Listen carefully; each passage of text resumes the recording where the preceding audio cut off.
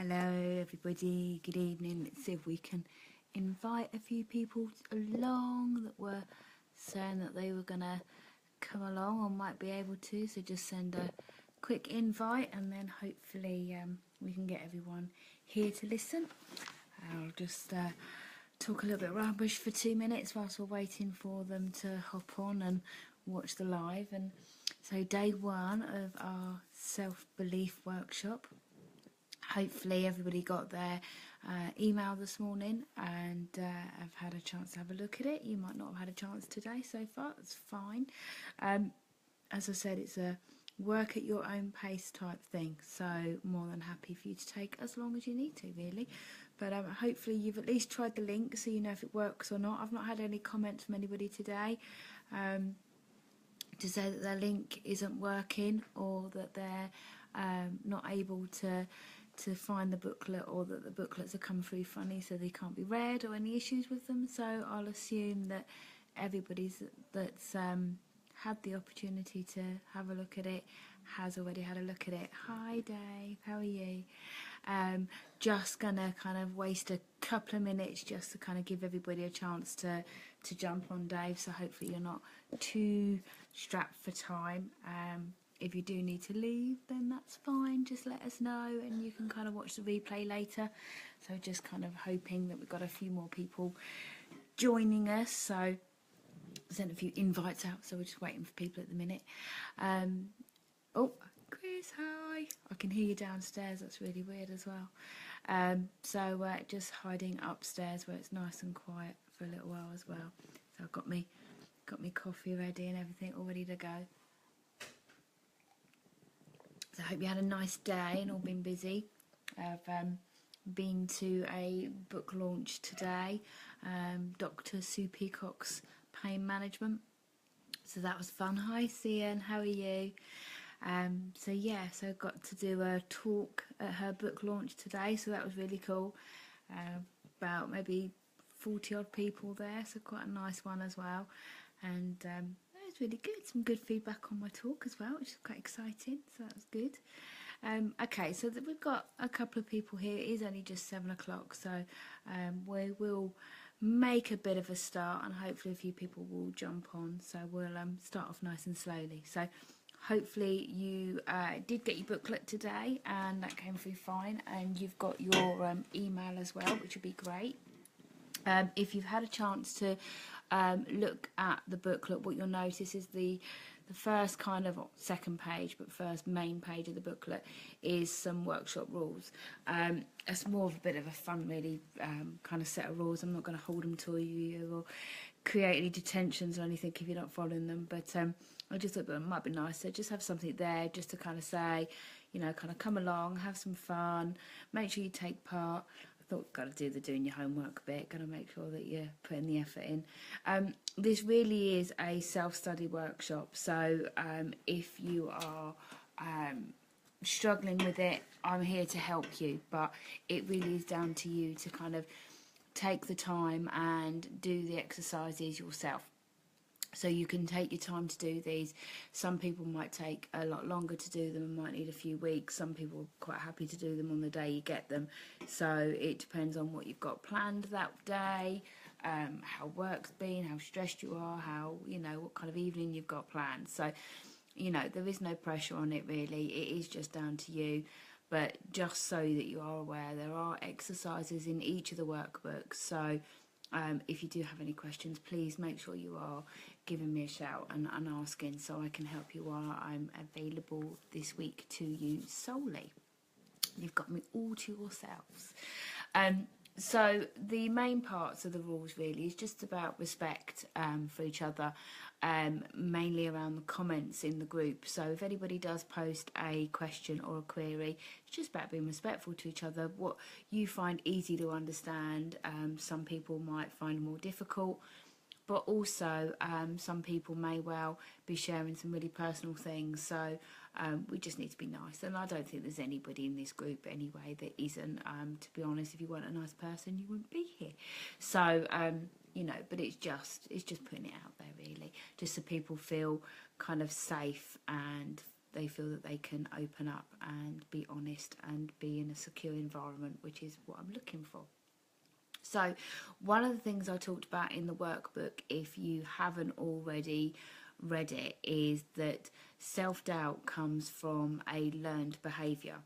So usually when you are somebody who doubts your abilities or doubts yourself in some other way, it's due to something that has been said to you. And this could be done by a number of different people. It could be one person just on a constant basis. But I talk about an example where I did a course a few years ago, and a tutor that was doing the course said that if you say to a child that they're stupid just once in conversation, then at some point within 7 days that child will tell somebody that they can't do something because they're stupid. And like I said in the workbook, you know, that I wouldn't suggest you trial this, but apparently some university did. And they found that almost, 98% or something, I can't remember the exact details, but about 98% of children did react in this way. And I found it with my own children sometimes. They'll come out with something and I think it's a really odd comment, that I can't do that, or I'm no good at that, or I'm rubbish at that. And I think, well, that's not come from me or their dad, because we are constantly telling them how wonderful they are and promoting them and pushing them to feel good about themselves. So to then hear them say that they're rubbish at something, you kind of think, oh, where's that come from? And then you generally find out it's a passing comment from a teacher, or it's come from a friend or a member of their peer group, or somebody that they've just kind of come across. And most of the time, these comments are meant harmlessly. They're not said to be harmful or to kind of cause pain. They're being given as some form of feedback. And the person giving it to you doesn't really realise that they're causing this sort of upset. As far as they're concerned, in most cases, they're being helpful. They're giving you some solid advice. Sometimes they're coming from people who are just mean and they're just nasty and they're just not very nice people.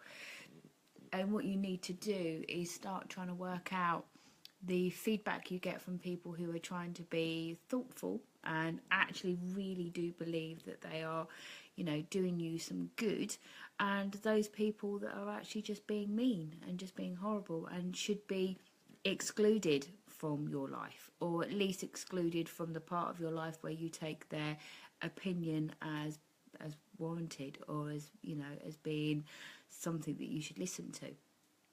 So when you find learned behaviour, you can often narrow it down to specific phrases. So for most of you that are actually doing this workshop, it's because you know that self-doubt is something you struggle with. So I doubt very much it was very hard for you to find what those phrases are.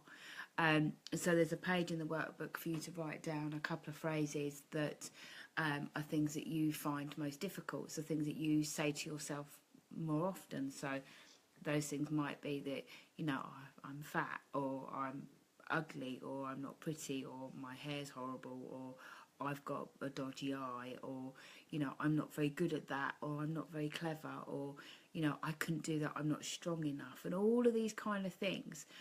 And it's about getting you to write down the most obvious ones, because they're the ones that you're going to work on. So over the course of this week, the exercises are going to come back to finding those phrases or pinning them down and then working on them. So really, that first part of that exercise of those most obvious ones are really important, because that's the ones you can come back to.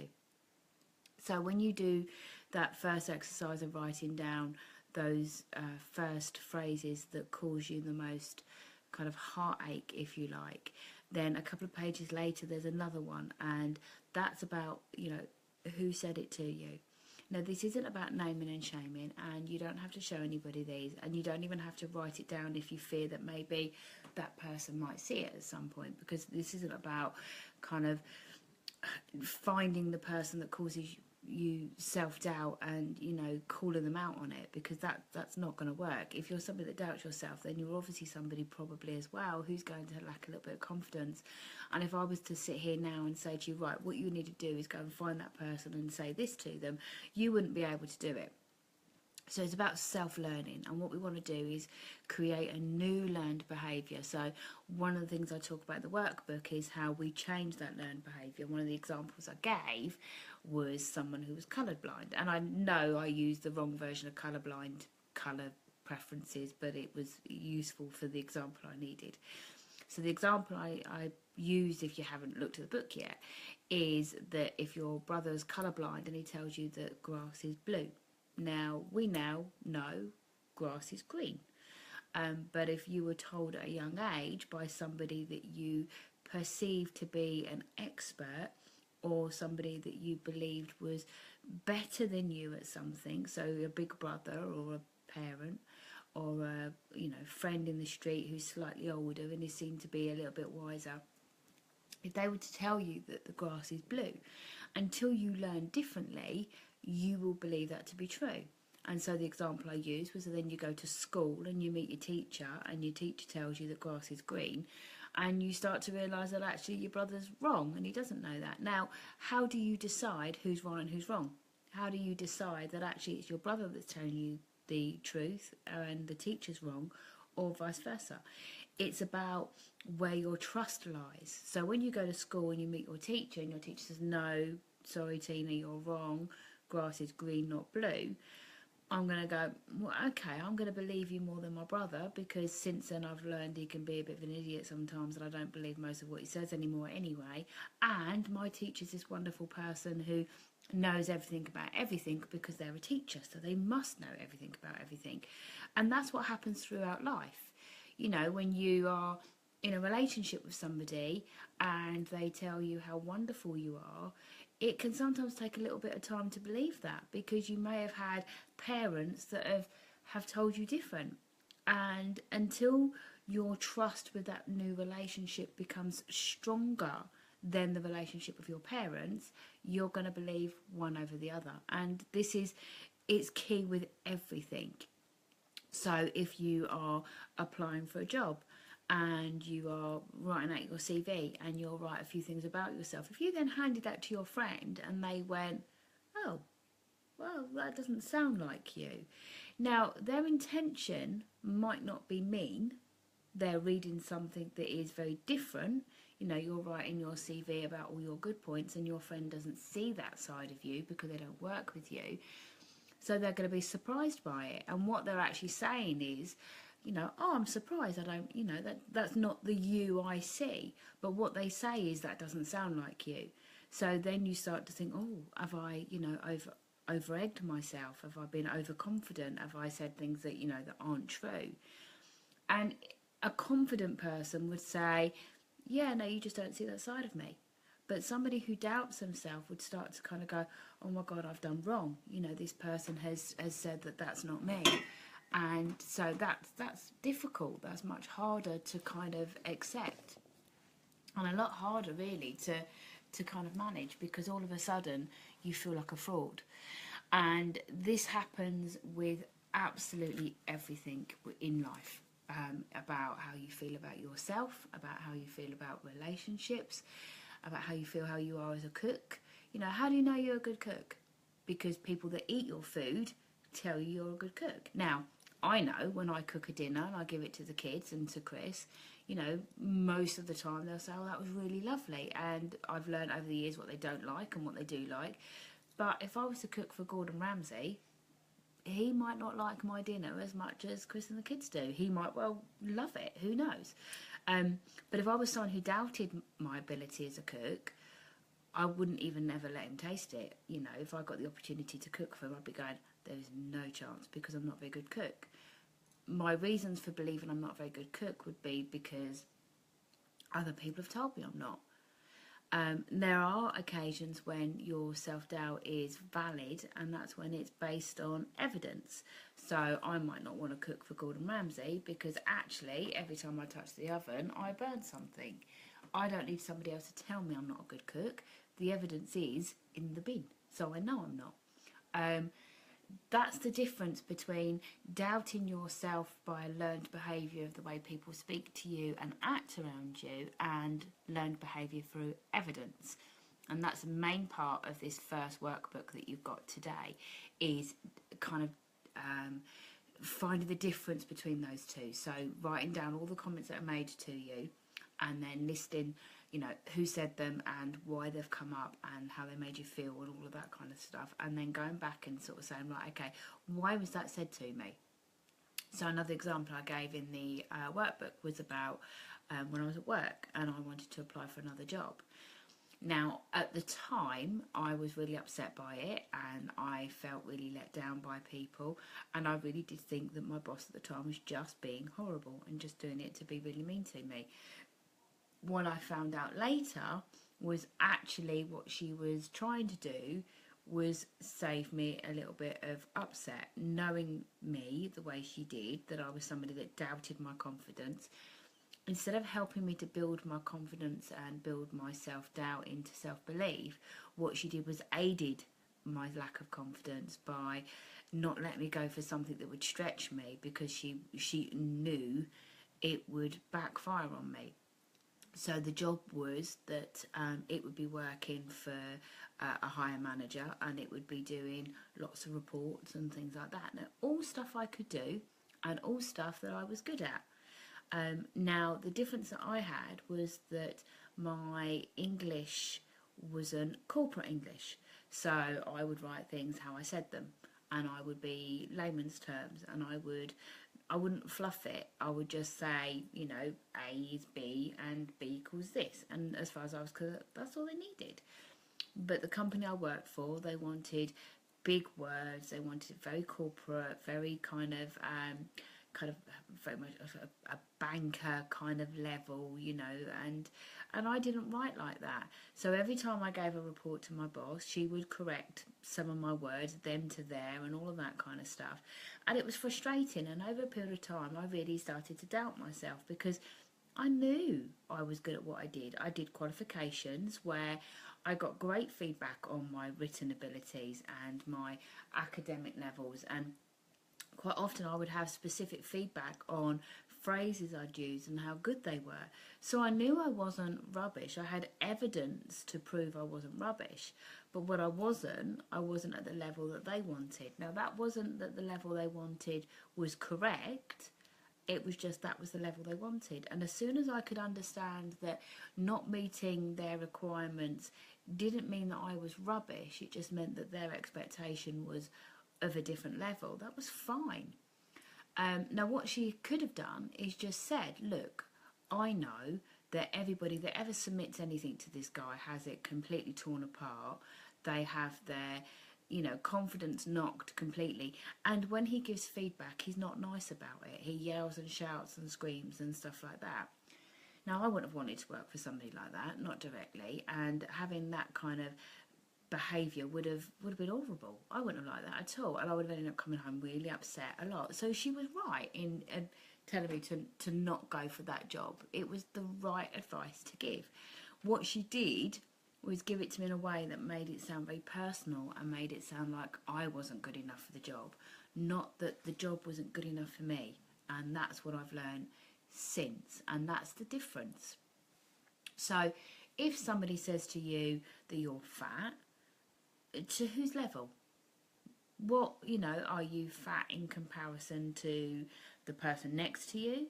Or are you fat because a doctor has told you that you're overweight and you need to lose weight for an operation? Completely different. So if a doctor says to you, right, to have this operation on your heart, you need to be no more than 30 stone, so you need to lose 3 stone because you're 33 stone, then there's a health risk, there's evidence, there's a reason for it. It isn't just somebody being mean. If somebody walking down the street just starts calling out you names and calling you fat, well, that's just on their opinion. That's based on what? What evidence? As to who's to say that what they say is right? Because the person next to them, they might consider that actually 33 stone isn't fat. I don't know, I'm using huge stonage, but it's just for an example. So this idea of, you know, kind of the American size 0 being the most beautiful, and the phrase that beauty is in the eye of the beholder, this is exactly the kind of phrasing that your self-doubt comes from. You know, somebody could look at me and go, she's really pretty. Somebody else could look at me and go, can't stand gingers. You know, it's very different for different people, and what is attractive to one person could be off-putting to somebody else. And I know that's materialistic and around looks and things, but they all come from the same place. They're all comments that are made to you based on someone's opinion of you and how you react to it. And that's where I'm hoping the workbook's going to help you, because you can start to find out which of those comments are evidence-based, which of those comments are true, and which of those comments are just somebody's opinion. And if they're based on somebody's opinion, then you split it into two categories. Is it someone's opinion based on them trying to be helpful? Is it somebody's opinion because they're not very nice people? And if it's their opinion because they're not very nice people, well then guess what? You can do that advice, and what you can do with that opinion. You can just ditch it. You don't have to listen to it. And then you can start to ignore it. And then what we start to do is take the opinion of people that we know is true and can be evidenced, and we can start to reword it in a way that takes away some of the opinion based. And it's words like you are, it's words like you must, you can't, because they're very definitive words. They are almost final. You know, you can't climb Mount Everest. Why not? Why can't you? Other people do. Now, it might be that you can't do it right now because of the position you're in. It might be you can't really do it because of health reasons. So, okay, the idea isn't that you can't do it. The idea is that you need to deal with the health reasons before you do it. Now, if I went to my doctor now and said, I want to climb Mount Everest, he would say to me, no, you're not doing it. I won't sign it off, you're not allowed, because of my medical condition. So do I now decide, that's it, I can't climb Mount Everest? Yeah, I could easily decide that, and that could be the end of it. And then I could feel really crap because there's all these people climbing Mount Everest and I can't do it. And if anyone was to ever ask me, my doubt would be there, because I'd be saying, oh, I can't do it. I can't climb Mount Everest. Why can't you? I'm too sick. I'm not well enough to. Is that true? Or do I just need to work on my health? Now, don't get me wrong, there are always going to be times when that is true. And believe me, the idea of climbing Mount Everest with the condition I've got would be a nightmare. Yes, I would suffer severely afterwards. Yes, I would have to do a lot of training beforehand, and it would hurt like hell. But I could do it. I would find it difficult and I would suffer, but if my life depended on it, I could do it. And that's what you've got to look at, is if your life depended on it, could you do it? Of course you bloody well could. You know, guaranteed. And I don't doubt for a second that any of these things that you doubt yourself on, you could do if your life depended on it. And the reason you don't do it is because either you doubt your ability to, which is the whole point of the workshop, or because somebody in the past has told you you can't. Well, just because somebody else has told you you can't, that doesn't mean to say you can't, unless it's evidenced. So if you were, I don't know, you had no legs, then you couldn't walk unless you had false legs. So again, there's still no you can't walk. You need to find another way around it. And if you are academically struggling with something, then you go back to do a night school class. You find someone to tutor you. You know, if you struggle with maths, most of us will say, I can't do maths, I really struggle with that. That doesn't mean to say that for the rest of your life you can't do maths. If the best job in the world came along that you really wanted and you were perfect for it in every other way, apart from that part of it which was maths related, and you could do a night school and you could change that issue with your maths, and then you could then do the job, you would do it. Most of the time what we do with our self-doubt is we sit on it and we nurture it. We hold on to it like a blankie. It's a I'm not good enough, and it's safe in that I'm not good enough. So I'm not pretty enough to go and talk to that really good looking bloke. Bullshit. Sorry. No way. You don't know what his kind of type is. You don't know what he likes. He might be looking at you thinking, she's absolutely gorgeous. So the only way you're going to know is by giving it a shot, taking a chance. And the worst that's ever going to happen is you'll be told no. But whenever you're told no, you're given feedback as to why no, and then you can learn on it. So if you go up and you chat to this guy and he's absolutely gorgeous and he turns you down, then the reason he turns you down, he'll say, no, you're not my type, or actually I don't like gingers, or you're too tall for me. Well, then I can decide, okay, do I wear flats so I'm not too tall anymore, or do I go, do you know what, I am what I am, I'm not interested, and actually the fact that you think I'm too tall is just your problem. Actually, you're too short for me. Hi, Nicola. So I hope you're kind of getting where I'm coming from with this, in that self-doubt is a mindset. It's in our brain. It's kind of ledged in there, if you like, from a very early age, from our parents telling us that we can't do things, you know, don't touch that, it's burning, you know, that's for safety reasons.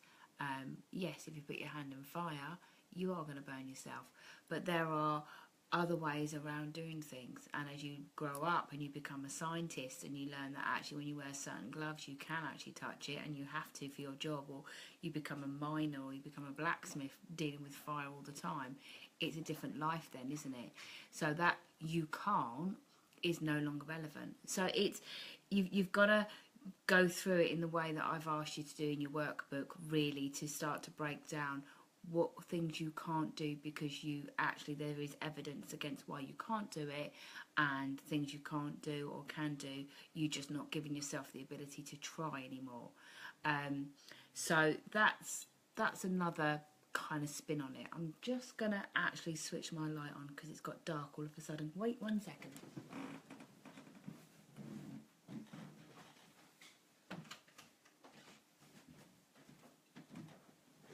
Sorry about that. That's the joys of live Facebooking. I've shown now I'm wearing my PJs and I've had to switch my light on. But hey, you know, you know what you get with me at least. So yeah, so we've covered kind of learned behaviour, but also it's about what we believe in people. So if we are doubting ourselves a little bit and somebody says something to agree with it, we choose to believe it. But if it's something we believe, then we are more likely to doubt ourselves. So, for instance, Facebook is a fantastic example. You see people share things on Facebook all the time, right? And 90% of us know that they're rubbish. So these ones where people share a picture of a baby and it says, like and share this and it equals one prayer for this child. Now, most people know when they look at that picture that it's a scam of some sort and it's not very nice, and the people that are asking you to share it are usually not very nice people. But there is a huge amount of people that will share it, and they will share it because they are worried that it might be true, or because they completely believe that actually by sharing that Facebook post there is a prayer being said for that baby. Now, there was a thing a little while ago where a woman was on This Morning or something, and she was saying that a picture that had been going around was of her child and she hadn't authorised it. It had been picked up and was being used, and it was awful, you know, to think that people were sharing this photo of her child and she hadn't authorised it or agreed to it, and people were doing it. But thousands of people were doing it because they wanted to share awareness and all of this kind of stuff. And so there is a certain type of person that will do that because they really believe it, and so they will do what they're being asked to do. These chain letters, you know, kind of share this, or in the next 7 hours somebody's going to die, and people go, oh God, I must share this with 5 people. You know, anyone ever shares me a chain letter, it gets deleted, you know, and that's how I've always been, you know, from when we used to get them as emails, and, you know, and even back in the good old days where a friend would stick a note through your door before technology took over. It got binned, it got dumped. But I know lots of my friends who say, yeah, but, you know, what if it's true? You know, would I want to be the person that didn't do it and then something awful happened? And it's like, you know, when does anything like that actually happen because you didn't share? I have this argument with my mum every year because I take my Christmas tree down early and she thought, oh, you're going to have bad luck all year. I've had bad luck forever sometimes, and it's got nothing to do with me taking down my Christmas tree. It's completely to do with the fact that I'm rubbish with money and I spontaneously buy rubbish. That's why I've never got any money. Nothing to do with me taking the Christmas tree down too early. And my husband's exactly the same. So the two of us together is just a nightmare. So it's about what you believe, and again, you'll believe things because of the way you've been brought up and the people you're around. Our beliefs are based on our family, our friends, our peer groups, where we work. So people that work for a charity will be much more giving in certain things than somebody who works in a lawyer's office, and and they've got a different work ethic and things like that. So all of those kind of things help to mold who we are, and that's where all that self-doubt starts coming from. So you use the workbook to start to plan all those kind of things out, and they will start to make a bit more sense when you start writing them down, hopefully anyway. So you need to look at what things have been said to you, or what things you say to yourself, who said them to you, why they said them. Then start looking at rewording them, so in a way that's much more positive or constructive. Start looking at whether or not it is true and can be evidenced, whether or not it's true right now but can change, or whether or not it's complete rubbish and you should be ignoring it.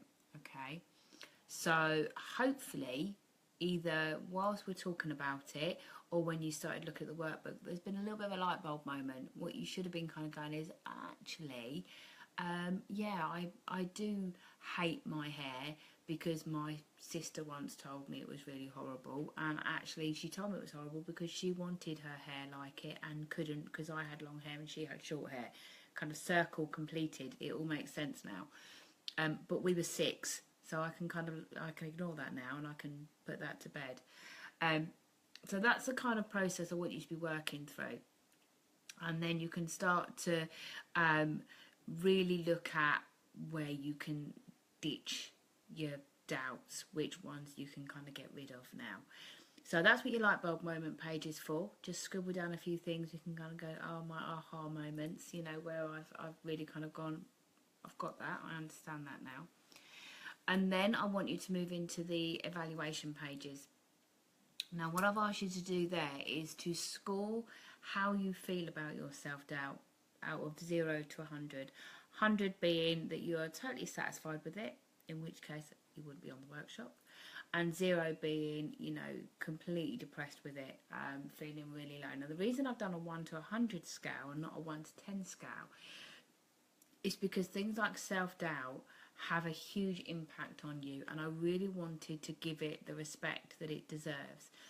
And a 1 to 10 scale, it doesn't really share how you're going to feel about your self-doubt, I don't think, because this is, for some of you who are really struggling, is going to be a huge part of your life. It's going to be a massive thing where actually, it holds you back a lot. So I really want you to be able to say, do you know what, out of my 1 to 100, my self-doubt, I'm really unhappy with it, so I'm sitting at a 20.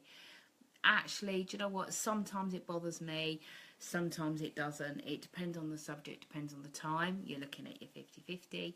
And actually, do you know what, I did the course because I thought it'd be interesting. I don't really have a huge problem with self-doubt, but I sit in those kind of 70 upwards marks.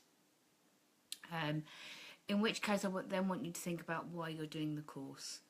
While you're doing the workshop, and be honest. I'm not gonna kind of make you pay your money back or anything like that because you've not given a good enough reason for doing the course, or make you pay for your free place because you've taken a place and actually you don't deserve it because you've not given a good enough reason.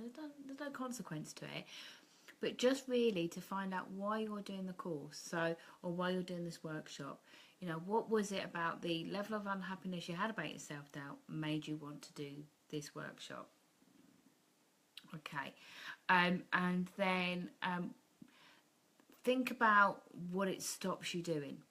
So when you have your kind of flouts of self-doubt, or when you're going to do something and then you don't do it anymore, what is it that is bothering you? What is it that causes you those problems? What is it that it's stopping you from doing? So is it that you don't go for that promotion? Is it that you don't go for that relationship? Is it that you don't dare to wear leggings or a short skirt? You know, all of those kind of things. You know, what does it stop you from doing? And then I want you to look at your daily log as well. And the daily log, you'll get one of those every day in the workshop this week. And it's self-explanatory. It gives you some opportunities to think about reflections, things that you've done that day, and just kind of, if you doubted yourself, put it down in there. If you didn't doubt yourself and you had a good day, put it down in there. Just to kind of keep a track of how things are going through the week. And then I want you to look at goal setting. Now, I've done a little bit of explanation into SMART goals, and I won't go into it all now because we're already at kind of half an hour on the live. And I know these are going to be a little bit longer because we're working through the workbooks, but I don't really want to drag it out for too long, talk about stuff you probably already know. So if you don't understand SMART goals, drop me a little comment here and I can put something up on the group to explain it a little bit more. But a SMART goal needs to be specific, it needs to be able to be measured, it needs to be achievable, it needs to be realistic, and you need to be able to time it. So I want you to think about your goals and what you actually want to achieve. Now, there is a slight mistake on the workbook. Under the goals section, there's two goals. One says what do you want to achieve at the end of the week, and one says what do you want to achieve at the end of the workshop. They're exactly the same. What it should say is what do you want to achieve at the end of the workshop, and what do you want to achieve for the future. Okay, so what is it that you want me to have helped you with this week, and what do you want to be able to hang on to for the future going forwards? So that's your goal setting. And then in tomorrow's workbook, we're going to be covering phrases, things and words that are said, things that kick off that self-doubt, words you can change them to kind of start to battle them a little bit more. And we'll be kind of doing some work around how you can respond to people that create the self-doubt. So the stuff you did today about working out who says these things and how it affects you, tomorrow we'll look at how we can respond to those people differently. And we'll also do some mindset work as well, and I'll cover a little bit around state management, which is a really exciting thing. I really like state management. That's bordered a little bit around NLP, and basically looking at how our self-doubt makes us behave, and then how that makes us behave to other people, and then what that causes people to say to us, what we say to ourselves, and then how we behave. And it's a whole kind of linked circle. So we'll go into more detail about that as well. So that's kind of it really. I know I've spoken quite a lot, but hopefully it's explained the workbook for those of you that have had a chance to read through it and maybe wanted a little bit of clarification. These lives are literally just going to be around covering the workbook in more detail. So jump on tomorrow, I'll give you a little bit more detail and information, and also your workbook will be with you in the morning. Anyway, give me a call if you need to. Take care, see you soon, bye.